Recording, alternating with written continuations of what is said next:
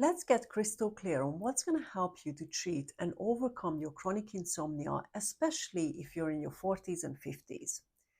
Now, if you think of your current sleep situation as a puzzle, it's got pieces that don't really work well together.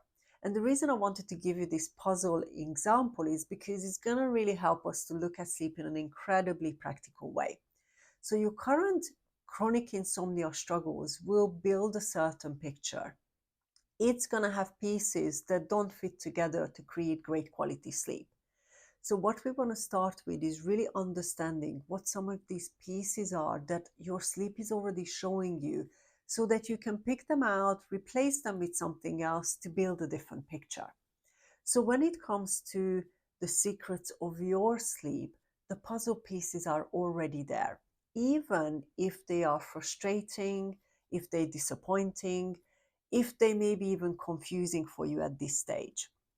I know you've already done a lot of research on sleep and you probably already tried and tested lots of different things to help yourself. But really, the question here is, have you managed to find the right pieces that fit together to create a different version of your sleep? Now, this is video 2 of this series. So if you haven't watched the first video, I would recommend you start there because we really talked about different ways and treatment paths that you can take depending on the root cause of your sleep problems. So again, when we're building this picture of great quality sleep, we've got to look at what some of those pieces are. And in the first video, we talked about some of those different approaches that you can take. But in today's video, we're going to continue building this strategic plan of how you can really work with your sleep in a better way and overcome the chronic insomnia that you have. So when we look at these puzzle pieces with clients, the first part is really to become incredibly practically self-aware and not overanalyze, criticize, judge, or even really dissect one night too much. What you want to look for is patterns. You want to look for how over a 14-day period your sleep behaves. So this is very much going to be about looking at something like keeping a sleep diary. Now, for the purpose of today's video, we're only going to focus on the two most important questions that you got to be able to answer in a very practical way, depending on your sleep struggles and your insomnia dynamics. And these two questions are: what helps you and what prevents you from sleeping? Now, you might already be saying, well, Beatrix, if I knew what was helping me, I already would have done it by now. But that's exactly my point. Something is already helping you to create a version of your sleep that you're currently experiencing. I'm not saying you like the version you have.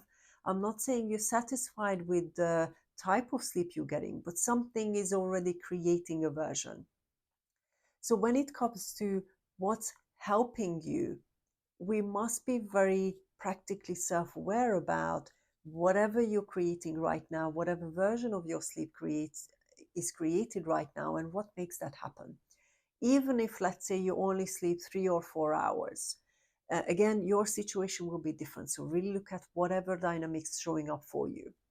So if you take this example, let's say you have a 4-hour chunk of sleep, but it might take you an hour to fall asleep and you're not able to fall back to sleep again afterwards. So again, that's one of the more complex or more serious type of insomnia cases that we might look at. So if a client comes to me with these kind of dynamics, what helps is already going to be showing up, but naturally in a smaller way, because the client is not able to extend their sleep for a 7 or 8 hour quality chunk of sleep, and they're not even able to fall asleep in an easy way. So what helps is already going to be there in a physical, emotional, and mental way, because a 4-hour chunk of sleep is there. But what you want to be able to do is really understand what is helping in those situations. So this can be that maybe out of exhaustion, you fall asleep eventually. But even exhaustion can teach us. What happens a lot of the time with exhaustion is that your mind becomes incredibly calm and your emotions become very stable as well, because you don't have the energy to really create a more heightened mental state or more heightened emotions. So see, if we look at just that and we just take exhaustion as an example, there is a mental component and there is an emotional component of exhaustion itself. And again, this is just one example. So what might be helping, and on the surface you might say exhaustion, but then what is helping actually is that your emotions are stable and your mind is calm. So that's how we then get to know what we're going to have to do about it.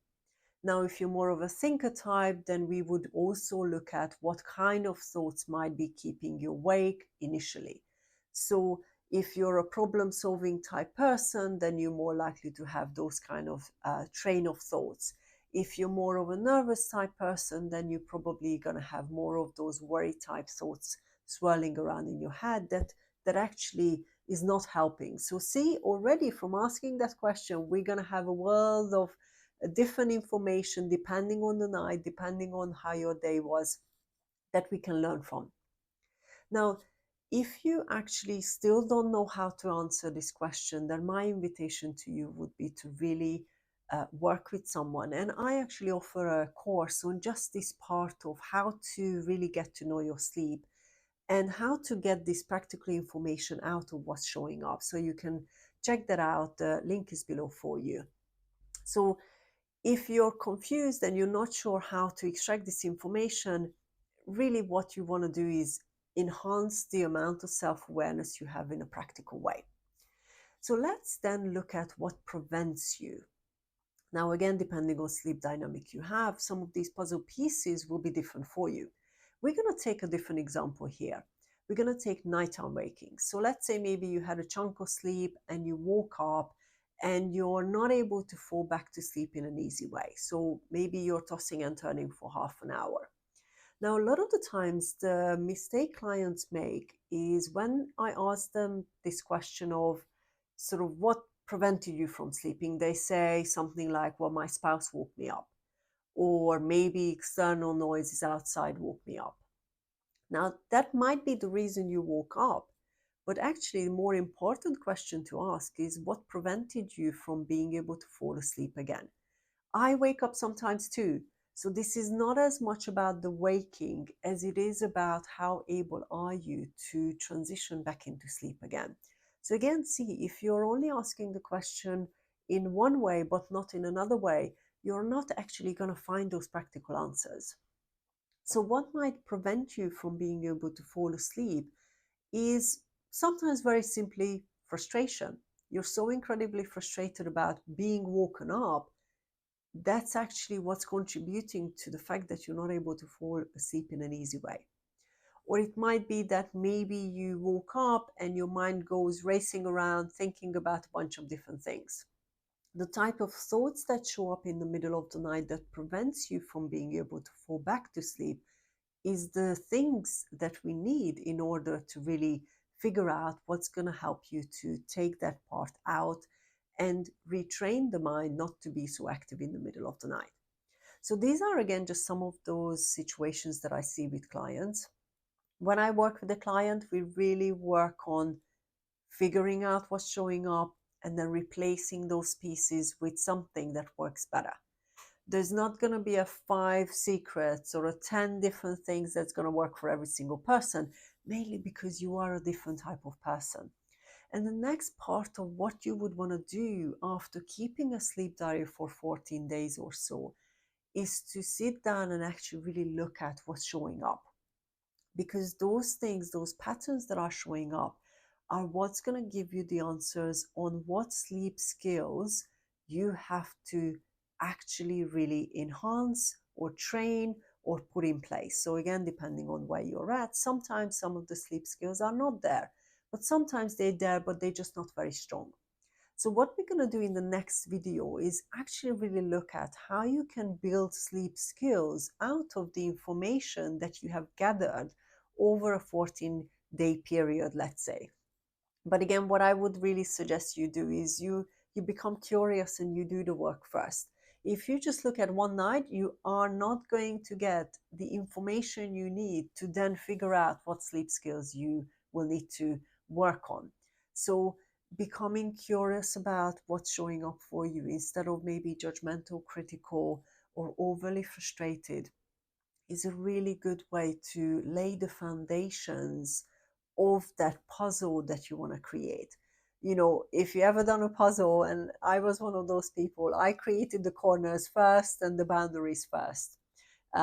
If you never did a puzzle, then again, you're gonna find something else to relate back to. But really, you gotta find a way to structure and restructure your sleep so that you can say goodbye to the chronic insomnia struggles that you have. So if you liked today's video and it has actually provided you with some really good information, then hit that like button below.